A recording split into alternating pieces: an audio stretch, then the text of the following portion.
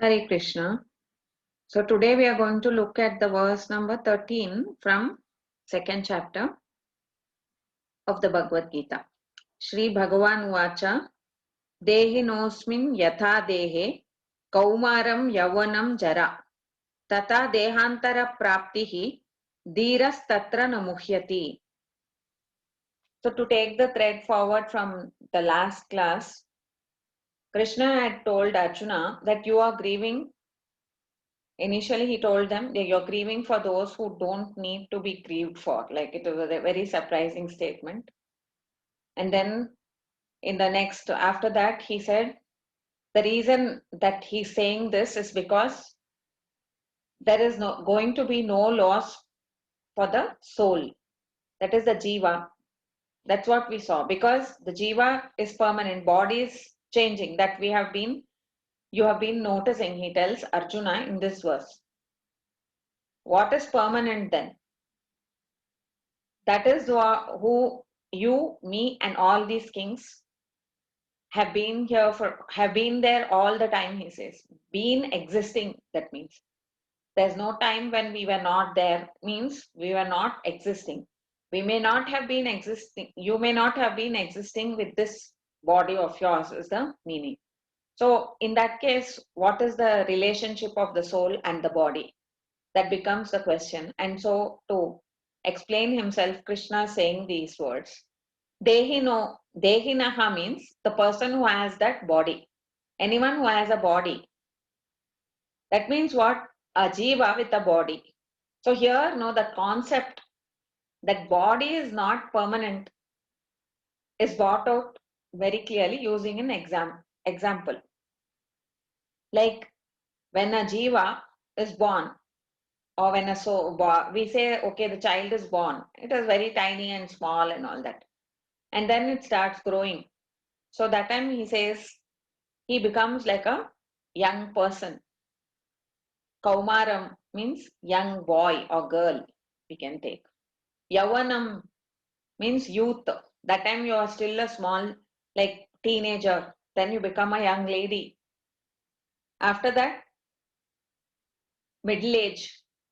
Then Jara means old age. So these phases of life keep happening for everyone. Anyone who is born, if they are living, they go through these phases of life. So he's saying, Tata dehantara praptihi dhiraha tatra namuhyati. When a person is going through these phases of life, he never cries, oh, I lost my childhood, now I'm a young adult. Or when he passes from the young adulthood into real adulthood also, he doesn't cry.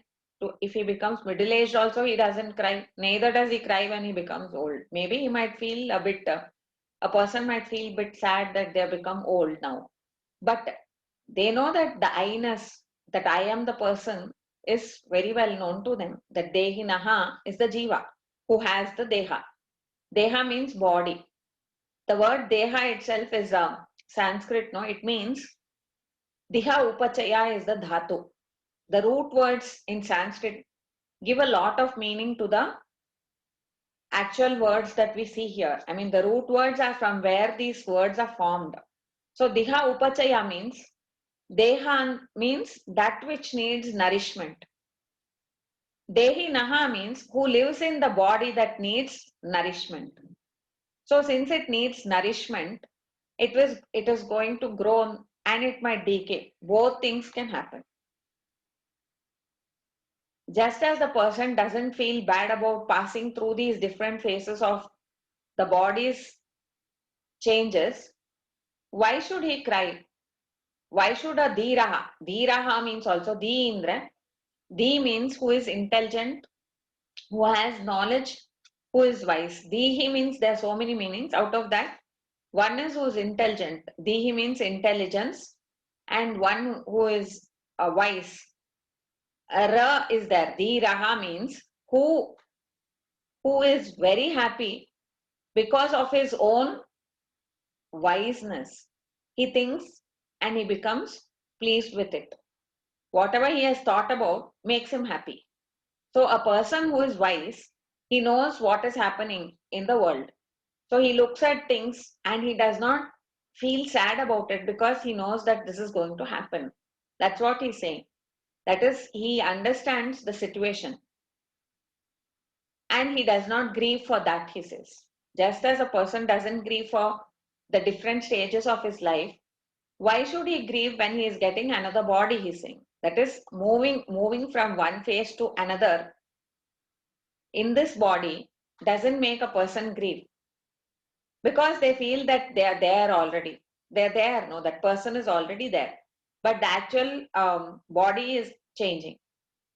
But in the place where the person leaves the body, still the jiva remains, and he gets some other new body.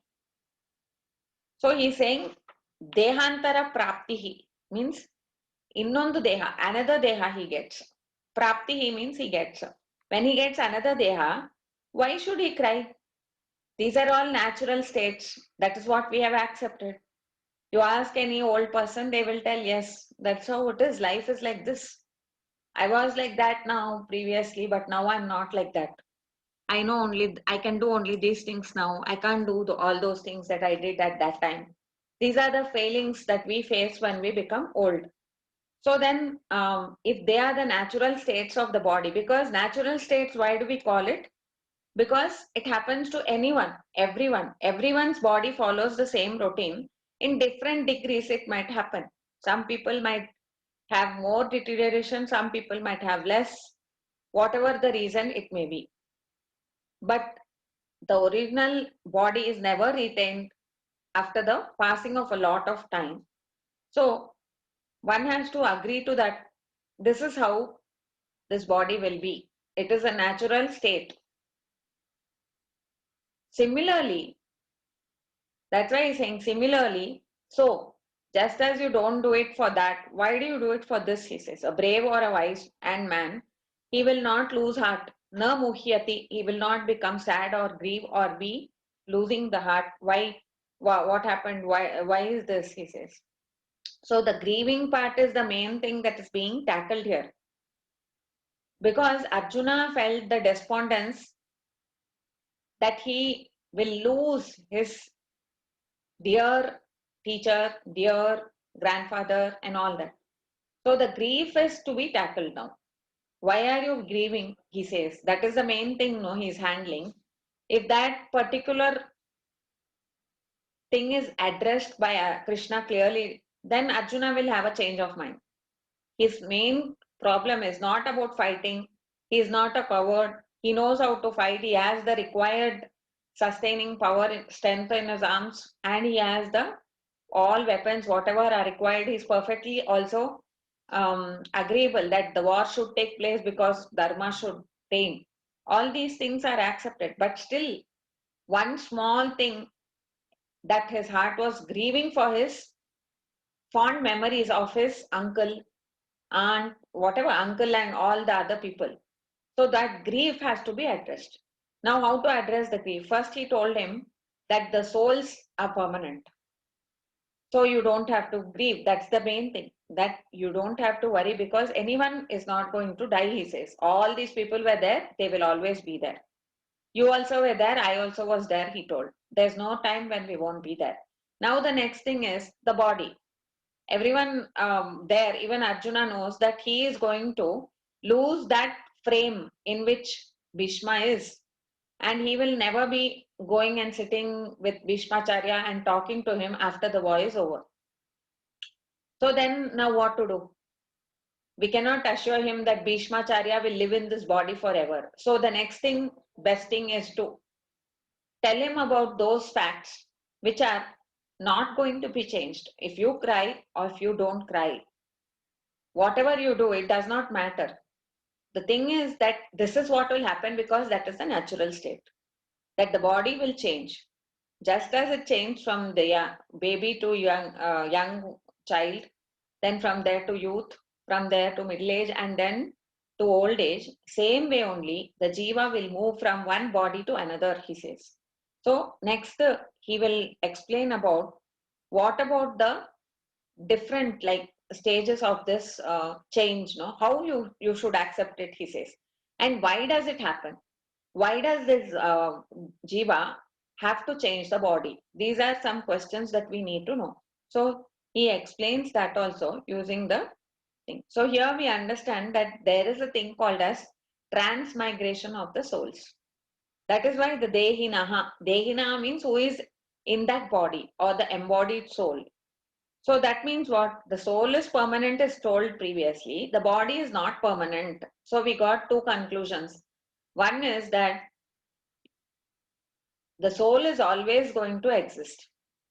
And the soul will be acquiring based on certain specifications or whatever karma and other things are there which will determine that. But the fact remains that the body will be changing. And not only does the body change for the jiva, even in the same body, the body's capabilities and the way it looks and everything keeps changing. So change is more like the norm for the body, whereas the jiva remains same. It is I am here, I am this girl, I am that young woman. Everything is for me, I. It is my experience. So I remains the same, and that I is the jiva, and the body keeps changing. So this is how Arjuna is being told that you should be a true thinker. Think about it. And then you should understand what is the actual thing that's happening. Then you won't have any grief. So the soul's existence apart from the body is clearly talked about now. That is, if there's any, that is how the philosophy comes out, saying that the soul is different from the body. Okay, Shri Krishna.